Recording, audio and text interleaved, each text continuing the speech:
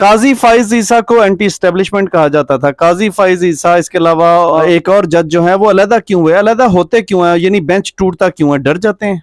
और 35 साल का जो कचरा है वो 3-4 साल में नहीं उठाया जा सकता।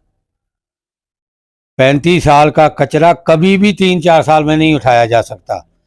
हर जगह पे इन्होंने अपने बंदे भर्ती किए हुए हैं। ये तो ईस्ट इंडिया कंपनी बनी हुई है पाकिस्तान के अंदर। ईस्ट इंडिया इस वक्त आपको पाकिस्तान हाईजैक नहीं लग रहा?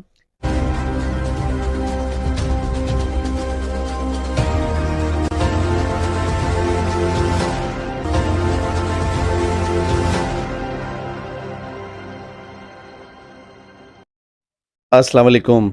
पाकिस्तान के बेहतर मुस्तकबिल की ख्वाहिशली अतीक इस्लाम आपकी खिदमत में हाजिर है। आज जुम्मे का दिन है और 31 मार्च का दिन है। 31 मार्च के दिन सुप्रीम कोर्ट ऑफ पाकिस्तान की आपने खबरें तो गरम गरम सुनी होंगी।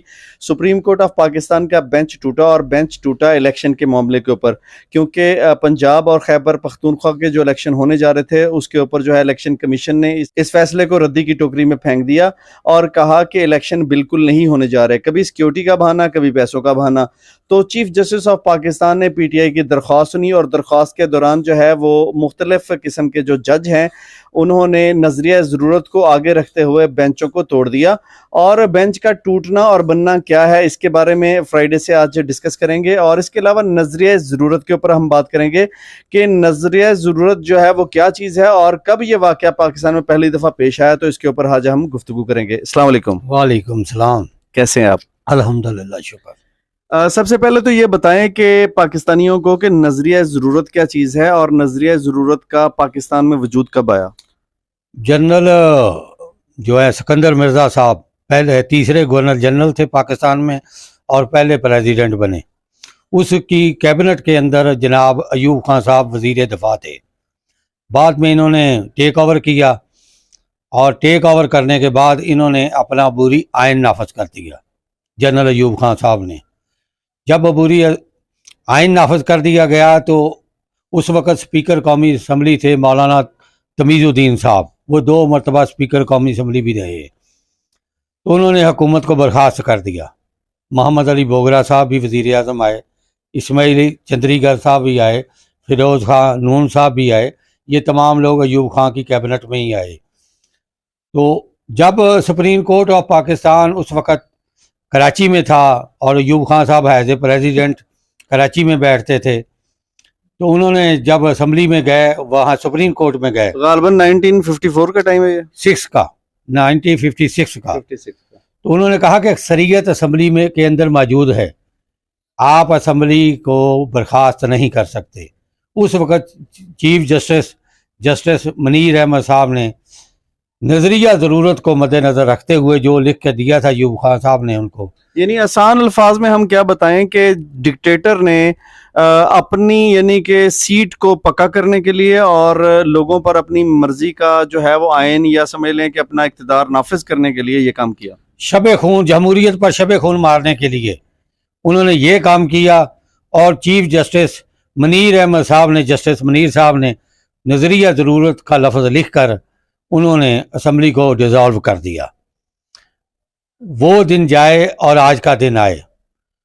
इसी तरह जनरल ज़ियाउल हक साहब ने भी मोहम्मद खान जनेजो साहब की हुकूमत को चलता किया। तो उसके बाद बीबी बेनज़ीर भुट्टो साहब की पहली फर्स्ट टेन्योर के बाद हुकूमत आई तो उनको गुलाम शाह ने फ़ारग किया। जब मलक जो है स्पीकर साहब से हमारे लाहौर से, तो वो जब लेके गए हैं सुप्रीम कोर्ट में अपील के हमारे पास अक्सरियत है, अगर अक्सरियत नहीं होती तो आप हमें फारग कर दें, तो उनको उस वक़्त के जो जस्टिस साहब थे उन्होंने उनकी अपील नहीं सुनी। उसके बाद फिर बीबी साहब की हुकूमत को फारग हो गए तो मियाँ नवाज शरीफ साहब आ गए। जब ये प्राइम मिनिस्टर फर्स्ट टाइम बने हैं तो 93 के अंदर इनकी हुकूमत को भी गुलाम साहब ने डिज़ोल्व किया। उस वक़्त के स्पीकर सबसे पहले तो हम 56 पे आएंगे कि 56 में यानी कि सबसे पहला अमर जो था वो जनरल अयूब ने ये काम जो है वो जस्टिस मुनीर की मदद से करवाया। बिल्कुल। उस वक़्त अदलिया की एक काली भेंट थी जस्टिस मुनीर, जिसकी कब्र का आज तक ट्रायल हो रहा है। अच्छा, इस वक्त हम देखेंगे कि जब 2023 है, जब मीडिया आज़ाद है, जब लोग जो है सोशल मीडिया पर 1 मिनट में आपकी गलतियाँ, करप्शन और हर चीज़ पकड़ लेते हैं। तो इस दौर के अंदर भी क्या शब खून मारा जा सकता है? क्योंकि हमें रिपोर्ट आई है कि रात के वक्त जो है वो इस्लामाबाद के अंदर जजों को 2 ऑप्शन दिए गए। एक ऑप्शन ये दिया गया कि या तो आप फुल बेंच बनाएँ और या फिर आप इस्तीफ़ा देके घर चले जाएँ। तो चीफ जस्टिस ऑफ पाकिस्तान ने साफ इनकार कर दिया और लड़ाई के लिए तैयार हो गए, क्या कहेंगे? देखें, जस्टिस या जज तो 24 आवर जज ही होता है। इनको कोई शख्स डिक्टेटर हो या डेमोक्रेटिक हो, वो इनको राय नहीं दे सकता सिवाय एप्लीकेशन के। तो एप्लीकेशन तो उन्होंने को दी नहीं, उन्होंने देखो अपनी राय दी है बदमाशी की। काजी फाइज ईसा को एंटी एस्टेब्लिशमेंट कहा जाता था। काजी फाइज ईसा, इसके अलावा एक और जज जो है वो अलहदा क्यों हुए? अलहदा होते क्यों है? यानी बेंच टूटता क्यों है? डर जाते हैं? बस कुछ धमकियां होती हैं कि आप अपने बच्चों का ख्याल रखें, आपको अपना ओहदा अजीज है, बच्चे अजीज हैं। तो ऐसी बात करने कराने से कुछ गलत फहमियाँ पैदा हो जाती हैं। लेकिन बात यह है, असल मसला है कि इलेक्शन डिले करने का कि चीफ जस्टिस साहब भी चीफ जस्टिस नहीं रहेंगे, रिटायर हो जाएंगे, और प्रेसिडेंट ऑफ पाकिस्तान भी रिटायर हो जाएंगे, तब जाके इलेक्शन अपनी मर्जी के कराए जाएं। अच्छा, इसका सारा मलबा इमरान खान पे डाला जा रहा है कि जनाब पाकिस्तान के अंदर जो मौशी हालात हैं, जो इस वक्त आइन जो है वो एक ख़तरे का शिकार है, और जो सुप्रीम कोर्ट की हालत है, बेंच जो है टूट रहे हैं, इसके अलावा जो जज हैं वो आपस में लड़ाइयाँ कर रहे हैं, तो इस सारी कंडीशन का जिम्मेदार जो है नून लीग के खासकर राना सनाउल्लाह साहब जो है माशाल्लाह से शरीफ इंसान है, तो वो जो है वो कह रहे हैं जी जैसा कोई शरीफ पैदा ही ना हो। वो इसका जिम्मा जो है वो इमरान खान पे डाल रहे हैं सारा। देखें, 35 साल हुकूमत इन 2 पार्टियों ने की है, और 35 साल का जो कचरा है वो 3-4 साल में नहीं उठाया जा सकता। 35 साल का कचरा कभी भी 3-4 साल में नहीं उठाया जा सकता। हर जगह पे इन्होंने अपने बंदे भर्ती किए हुए हैं। ये तो ईस्ट इंडिया कंपनी बनी हुई है पाकिस्तान के अंदर। ईस्ट इंडिया इस वक्त आपको पाकिस्तान हाईजैक नहीं लग रहा? हाईजैक इन्होंने किया, नून लीग और पीपल्स पार्टी में। इसमें और भी कोई ताकतवर हल्के नहीं शामिल? ताकतवर अगर हल्का है भी तो वो अपनी जहन्नम ही खरीद रहा है, वो पाकिस्तान में फलाह नहीं खरीदेगा। वो पाकिस्तान में कभी भी उसको फलाह नहीं मिलेगी। अब बनेगा क्या? यानी कि पीर वाले दिन चीफ जस्टिस ऑफ पाकिस्तान ने कहा है कि आप जो अच्छा सूरज तुलू होता हुआ देखेंगे, अच्छी नवीद सुनेंगे, पाकिस्तान को खुशखबरी मिलेगी। लेकिन दूसरी तरफ एतजाज हसन और इसके अलावा बहुत सारे कानूनदान हैं, वो पाकिस्तान में मतलब आपको किसी तरफ भी तज्जिया जो है वो यही कहते हुए नजर आए हैं कि मतलब अल्लाह ही हाफिज है इसका, इन्ना लिल्लाही इन्ना इलैहि राजिऊन भी पढ़ दी है एतजाज हसन साहब ने सुप्रीम कोर्ट के ऊपर, और पाकिस्तान के आइन के ऊपर भी इन्ना लिल्लाही व इन्ना इलैहि राजिऊन पढ़ दी। क्या कहेंगे? अब कहने वाली बात भी नहीं रही कि जो पार्टी पाकिस्तान में आइन की खालक बनी फिरती थी, ठेकेदार थी, वो तो आइन को हुलिया बिगाड़ने के लिए जो है ना चोरों ठगों के साथ चोर ठग बन के साथ लग गई है।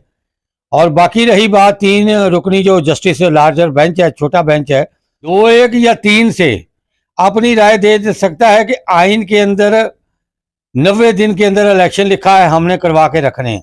ना मुल्क के अंदर किसी किस्म की को मौजी वबा का अल्लाह ना करे चल रहा है टाइम पीरियड, ना इस वक्त हालते हम जंग में हैं, ना हालते फ्लड के अंदर हैं, ना हम किसी किस्म का भी कोई मसला नहीं। तो उसके अंदर वजारत खजाना ने पैसे देने हैं। अब अभी ये लैपटॉप की बात करते हैं तो देखें, लाख रुपए का लैपटॉप है, 47,000 का लेना है, 53,000 की कमीशन है। तो लैपटॉप के लिए इनके पास पैसे हैं, लैपटॉप के लिए इनके पास पैसे हैं, इलेक्शन कराने के लिए पैसे नहीं है। इसलिए कि इलेक्शन में हार जाएंगे ना। हार जाएंगे तो इनसे भी तो लोग हारते रहे हैं ना। अच्छा, बहुत सारे एंकर और बहुत सारे तज्जियाकार ये कह रहे हैं जी आपको अक्टूबर के अंदर भी इलेक्शन होते हुए मालूम नहीं होंगे, ये इलेक्शन अब भूल ही जाओ पाकिस्तान में। क्या कहेंगे? अब जो जज जो है वो अपने बेंच से अलहदा हो रहे हैं, वो कह रहे हैं कि पाकिस्तान का अल्लाह ही हाफिज है। देखें, पहले यही जज फैसला दे चुके हैं इलेक्शन होंगे।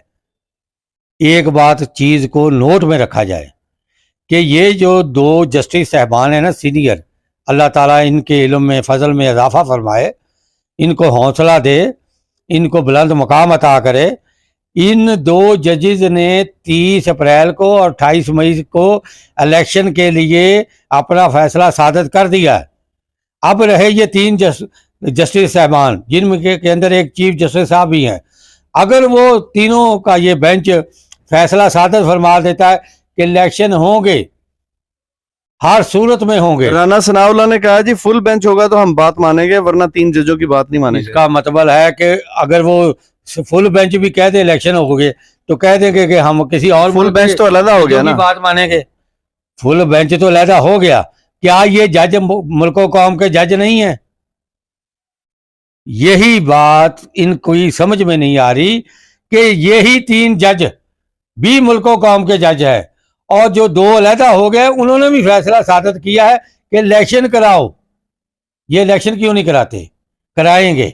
अगर इलेक्शन नहीं कराएंगे तब जाके मुल्क के अंदर अनारकी जबरदस्त फैलेगी। वो इलेक्शन इसलिए नहीं करा रहे कि पाकिस्तान के अंदर उनको अपनी जो बची खुची इज्जत है या बची खुची जो सियासत है उसका जनाजा निकलता हुआ जो है मालूम हो रहा है। आपका बहुत बहुत शुक्रिया। इंशाल्लाह इंकलाब की भी तैयारी कर लें। इसमें हम कोट करेंगे इस वक्त फवाद चौधरी साहब की बात। फवाद चौधरी ने कहा है कि अगर आइन को मुअत्तल किया गया, आइन को ना माना गया, आइन की को तस्लीम नहीं किया जाता, इलेक्शन नहीं करवाए जाते, तो आप फ्रांस की तर्ज का इनकलाब या ईरान की तर्ज का इनकलाब उसका पाकिस्तान में इंतजार करें। इसका अंदिया दे दिया है फवाद चौधरी साहब ने। देखते हैं कि आने वाले दिनों में जो ताकतवर हलके हैं उनकी बात मानी जाती है और इलेक्शन नहीं करवाए जाते, और अगर इलेक्शन नहीं करवाए जाते तो इमरान खान का आगे का लायामल क्या होगा। इंशाल्लाह ताला एक नए एपिसोड के साथ बहुत जल्द आपकी खिदमत में हाजिर होंगे। तब तक के लिए इजाजत। बहुत बहुत शुक्रिया। पाकिस्तान जिंदाबाद।